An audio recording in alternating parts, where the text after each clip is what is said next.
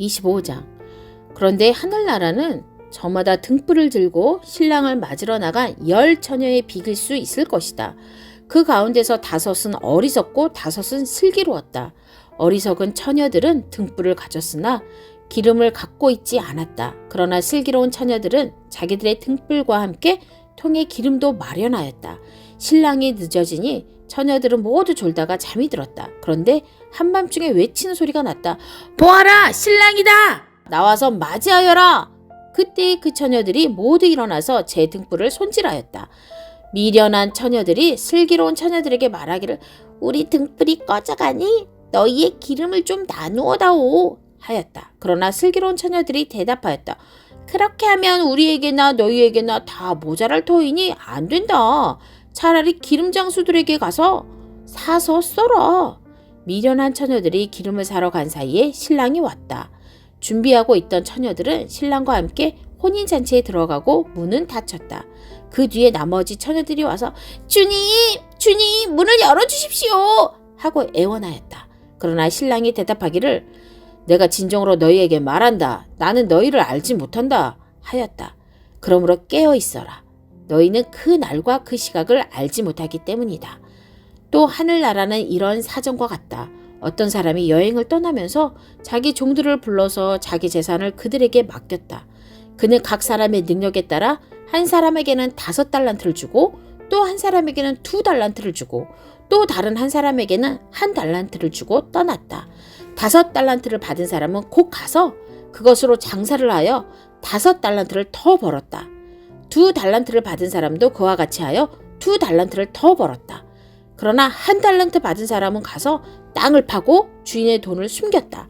오랜 뒤에 그 종들의 주인이 돌아와서 그들과 셈을 하게 되었다.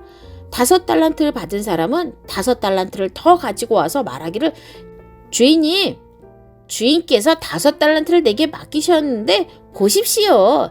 5달란트를 더 벌었습니다 하였다. 그의 주인이 그에게 말하였다. 잘했다. 착하고 신실한 종아. 내가 적은 일에 신실하였으니 이제 내가 많은 일을 내게 맡기겠다. 와서 주인과 함께 기쁨을 누려라. 2달란트를 받은 사람도 다가와서 주인님, 주인님께서 2달란트를 내게 맡기셨는데 보십시오. 2달란트를 더 벌었습니다 하고 말하였다. 그의 주인이 그에게 말하였다. 잘했다. 착하고 신실한 종아. 내가 적은 일에 신실하였으니 이제 내가 많은 일을 내게 맡기겠다. 와서 주인과 함께 기쁨을 누려라. 그러나 1달란트를 받은 사람은 다가와서 말했다. 주인님, 나는 주인이 굳은 분이 싫어. 심지 않은 데서 거두시고 뿌리지 않는 데서 모으시는 줄을 알고 무서워하여 물러가서 그 달란트를 땅에 숨겨두었습니다. 보십시오. 여기에 그 돈이 있으니 받으십시오. 그러자 그의 주인이 그에게 말했다. 악하고 게으른 종아, 너는 내가 심지 않은 데서 거두고 뿌리지 않은 데서 모으는 줄 알았다. 그렇다면 너는 내 돈을 돈놀이하는 사람에게 맡겼어야 했다. 그랬더라면 내가 와서 내 돈에 이자를 붙여받았을 것이다. 그에게서 그 1달란트를 빼앗아서 10달란트 가진 사람에게 주어라. 가진 사람에게는 더 주어서 넘치게 하고 갖지 못한 사람에게서는 있는 것마저 빼앗을 것이다. 이 쓸모없는 종을 바깥 어두운 데로 내쫓아라. 거기서 슬피 울며 이를 가는 일이 있을 것이다. 인자가 모든 천사와 더불어 영광에 둘러싸여서 올 때에 그는 자기의 영광의 보좌에 앉을 것이다. 그는 모든 민족을 그의 앞에 불러 모아 목자가 양과 염소를 가르듯이 그들을 갈라서 양은 그의 오른쪽에 염소는 그의 왼쪽에 세울 것이다. 그때 임금은 자기 오른쪽에 있는 사람들에게 말하기를 내 아버지께 복을 받은 사람들아, 와서 장세 때로부터 너희를 위하여 준비한 이 나라를 차지하여라. 너희는 내가 줄일 때에 내게 먹을 것을 주었고 목마를 때에 마실 것을 주었으며 나그네로 있을 때에 영접하였고 헐벗을 때에 입을 것을 주었고 병들어 있을 때에 돌보아 주었고 감옥에 갇혀 있을 때에 찾아 주었다 할 것이다. 그때 의인들은 그에게 대답하기를 주님, 우리가 언제 주님께서 줄이신 것을 보고 잡수실 것을 드리고 목마르신 것을 보고 마실 것을 드리고 나그네 되신 것을 보고 영접하고 헐벗은 것을 보고 입을 것을 드리고 언제 병드시거나 감옥에 갇히신 것을 보고 찾아갔습니까? 하고 말할 것이다. 임금이 그들에게 말하기를 내가 진정으로 너희에게 말한다.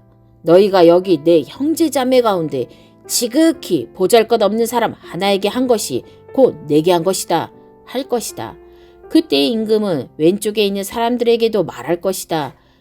저주받은 자들아, 내게서 떠나서 악마와 그 졸개들을 가두려고 준비한 영원한 불 속으로 들어가라. 너희는 내가 줄일 때 내게 먹을 것을 주지 않았고, 목마를 때 마실 것을 주지 않았고, 나그네로 있을 때 영접하지 않았고, 헐벗을 때 입을 것을 주지 않았고, 병들어 있을 때나 감옥에 갇혀 있을 때 찾아주지 않았다. 그때 그들도 이렇게 말하였다. 주님, 우리가 언제 주님께서 굶주리신 것이나 목마르신 것이나 나그네 되신 것이나 헐벗으신 것이나 병드신 것이나 감옥에 갇히신 것을 보고도 돌봐드리지 않았다는 것입니까? 그때 임금이 그들에게 대답하기를 내가 진정으로 너희에게 말한다. 여기 이 사람들 가운데서 지극히 보잘것없는 사람 하나에게 하지 않은 것이 곧 내게 하지 않은 것이다 하고 말할 것이다.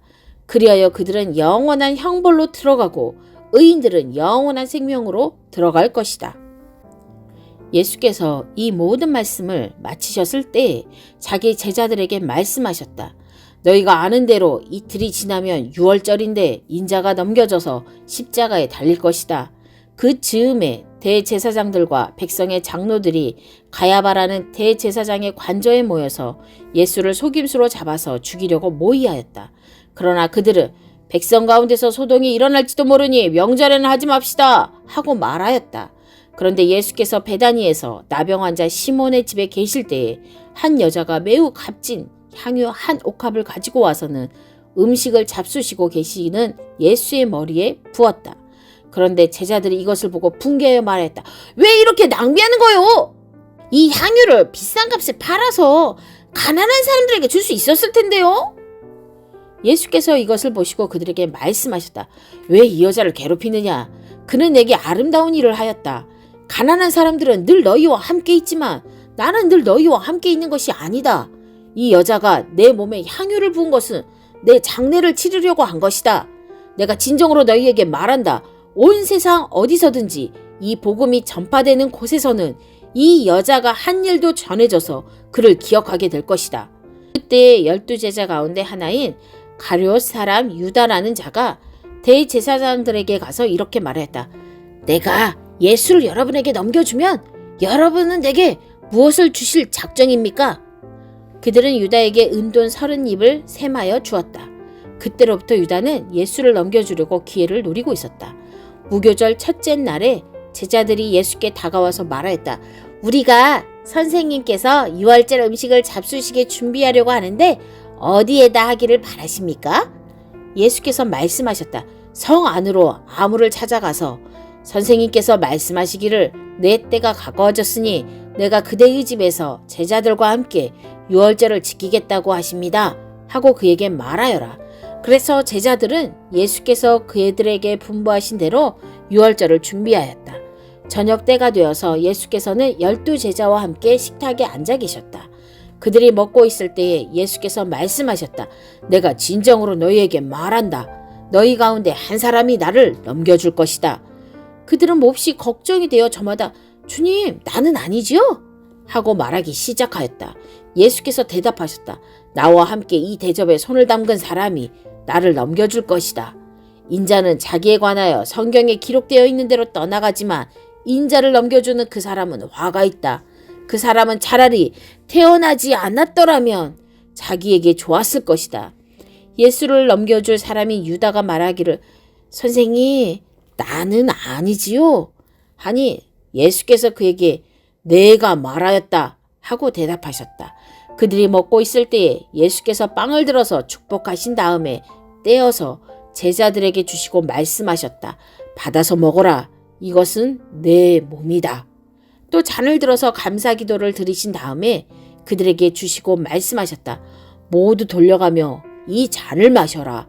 이것은 죄를 사하여 주려고 많은 사람을 위하여 흘리는 나의 피, 곧 언약의 피다. 내가 너희에게 말한다. 이제부터 내가 나의 아버지의 나라에서 너희와 함께 새 것을 마실 그날까지 나는 포도나무 열매로 빚은 것을 절대로 마시지 않을 것이다. 그들은 찬송을 부르고 올리브 산으로 갔다. 그때 예수께서 제자들에게 말씀하셨다. 오늘 밤에 너희는 모두 나를 버릴 것이다. 성경에 기록하기를 내가 목자를 칠 것이니 양떼가 흩어질 것이다 하였다. 그러나 내가 살아난 뒤에 너희보다 먼저 갈릴리로 갈 것이다. 베드로가 예수께 말하였다. 비록 모든 사람이 다 주님을 버릴지라도 나는 절대로 버리지 않겠습니다. 예수께서 그에게 말씀하셨다. 내가 진정으로 내게 말한다.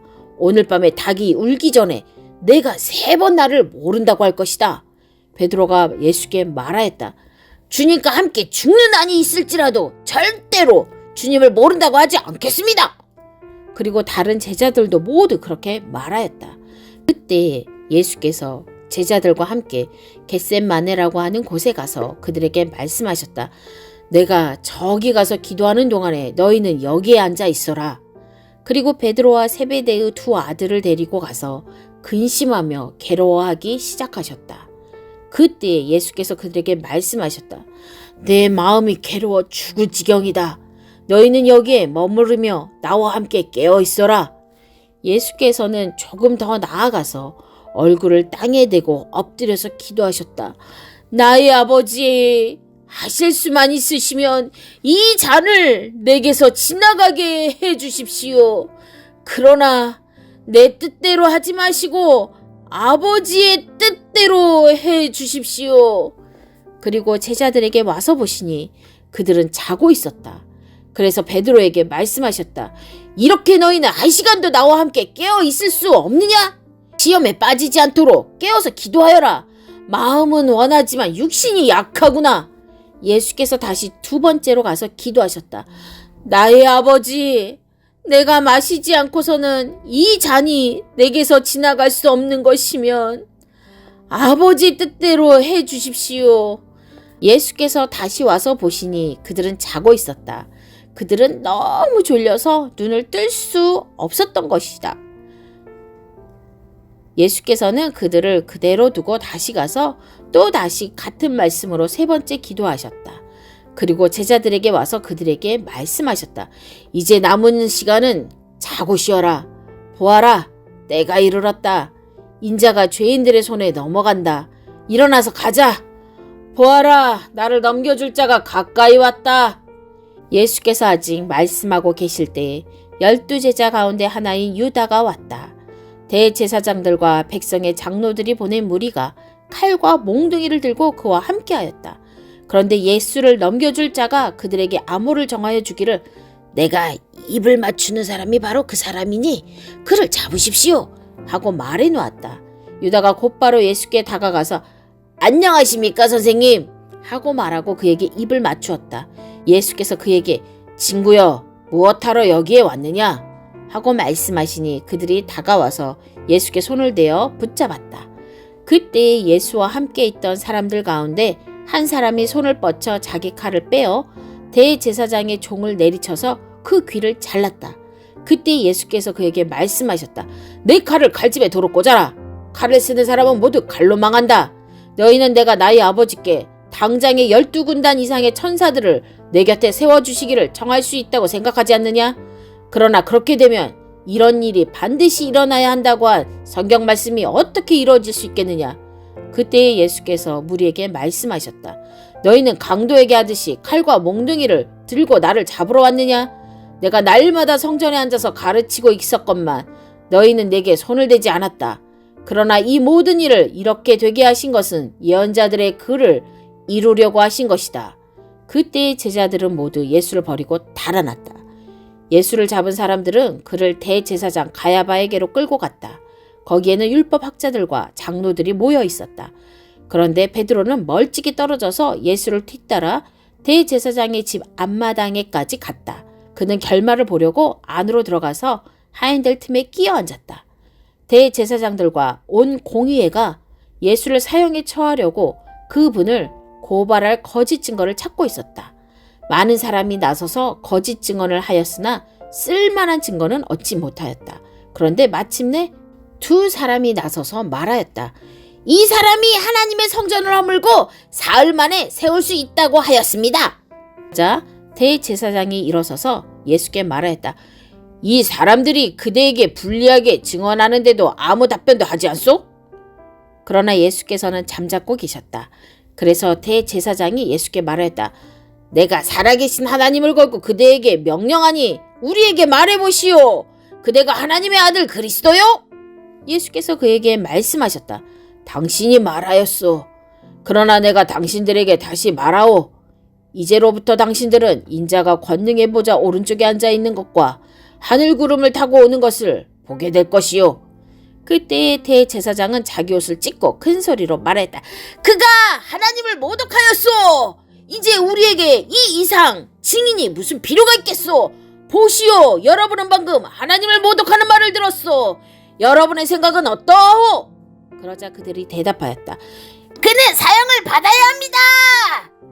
그때 그들은 예수의 얼굴에 침을 뱉고 그를 주먹으로 치고 또 더러는 손바닥으로 때리기도 하며 말하였다. 그리스도야, 너를 때린 사람이 누구인지 알아맞혀보아라. 베드로가 안뜰 바깥쪽에 앉아 있었는데 한 하녀가 그에게 다가와서 말하였다. 당신도 저 갈릴리 사람 예수와 함께 다닌 사람이네요. 베드로는 여러 사람 앞에서 부인했다. 나는 내가 무슨 말 하는지 모르겠다.